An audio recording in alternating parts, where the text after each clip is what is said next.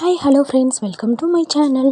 இன்றைக்கி நான் எங்கே கிளம்பிட்டுருக்கேன்னு பார்த்தீங்கன்னா, ஆஞ்சநேயர் கோவிலுக்கு தான். நான் ஆல்ரெடி போன வீடியோவில் வந்து ஹிண்ட் கொடுத்துருந்தேன் நான் எங்கே போக போகிறேன்னு சொல்லிட்டு. அதாங்க நான் காலையிலே வேகமாக கிளம்ப ஆரம்பிச்சிட்டேன். ஸோ விறுவிறுன்ட்டு எங்கே போகிறேன்னா ஆஞ்சநேயர் கோவிலுக்கு தான். ஏன்னா இன்றைக்கி அனுமன் ஜெயந்தி.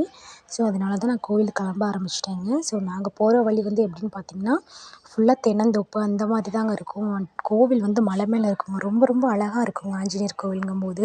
ஸோ நான் சின்ன வயசில் நான் போகும்போது 2 வருஷத்துக்கு முன்னாடி தாங்க போயிருக்கேன். எங்கள் அம்மா, எங்கள் அப்பா, நாங்கள் எல்லோரும் சேர்ந்து, என் தங்கச்சி எல்லாம் சேர்ந்து தான் நாங்கள் கோவிலுக்கு போவோம். அந்த டைம் வந்து ரொம்ப ரொம்ப கூட்டமாக இருக்கும். கிட்டத்தட்ட ஒரு 200 மீட்டர் தள்ளி தாங்க லைன் இருக்கும். சாமி கும்பிட்றதுக்கே அவ்வளோ தூரம் லைனில் இருக்குங்க. நாங்கள் அவ்வளோ தூரம் லைனில் நின்று சாமி கும்பிட்டு அன்னதானமும் சாப்பிட்டு வருவோங்க.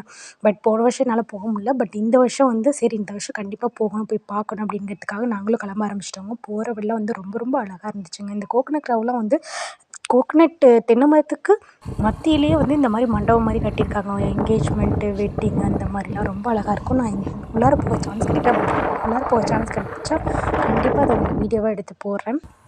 ஸோ இப்போ அனுமன் ஜெயந்தி, இன்றைக்கி அனுமன் பிறந்த நாள். ஸோ அவர் வந்து சிவபெருமானோட இன்னொரு அவதாரமாகவும் கருதப்படுறாரு.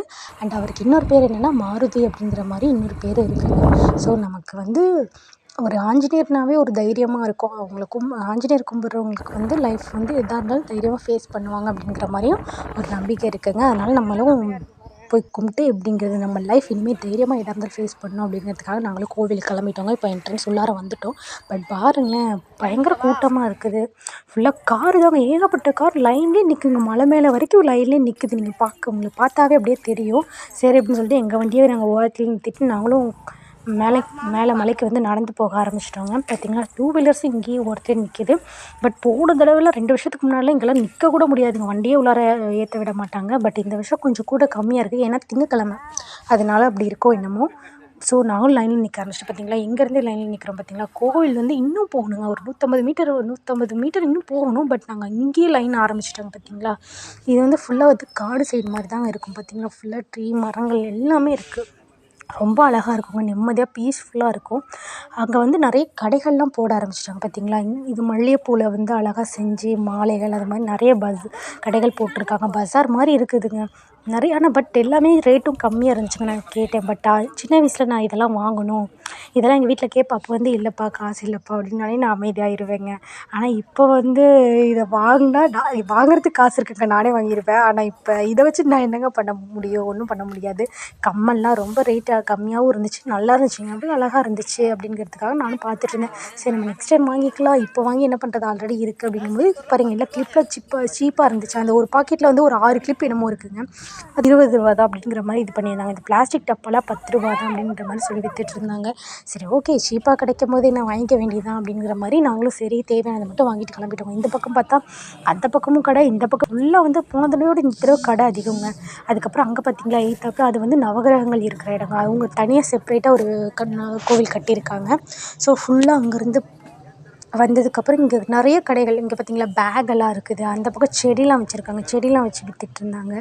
ரொம்ப பார்க்க அழகாக இருந்துச்சு. அதுக்கப்புறம் செயின், வளையல், இந்த இதே உங்களுக்கு ஞாபகம் இருக்குங்களா, கையில் அச்சு வைக்கிறது.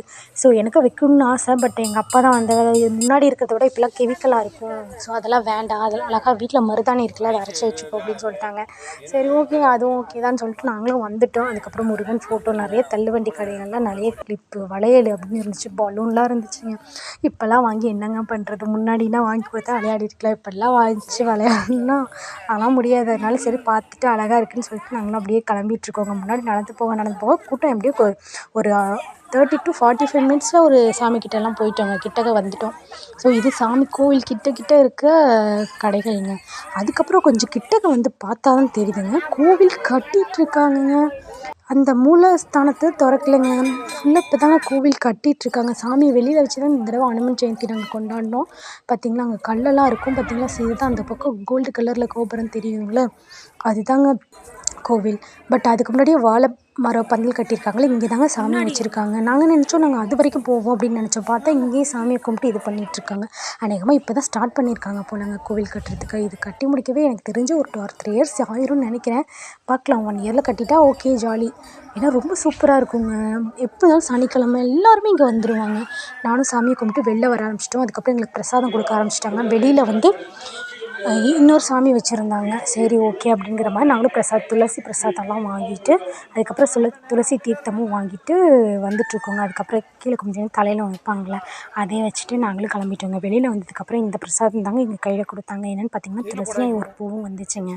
சரின்னு சொல்லிட்டு அதை வாங்கிட்டு நம்ம நெக்ஸ்ட் என்ன பண்ணுவோம், அன்னதானம் தான், அது இல்லாமல் நம்ம போக முடியுமா அப்படின்னு சொல்லிட்டு அன்னதானத்துக்கு லைனில் நின்று ஆரம்பிச்சிட்டாங்க. அது கிட்டத்தட்ட ஒரு 200 பேர்கிட்ட நிற்கிறாங்க. எவ்வளோ பேர் நின்னா என்னங்க, நம்ம லைனில் தாங்க நின்று நம்ம எப்படி இருந்தாலும் நம்ம வந்து டார்கெட்டில் நம்ம அச்சீவ் பண்ணணுங்க. அதுக்காக வந்துட்டோம் பார்த்தீங்களா.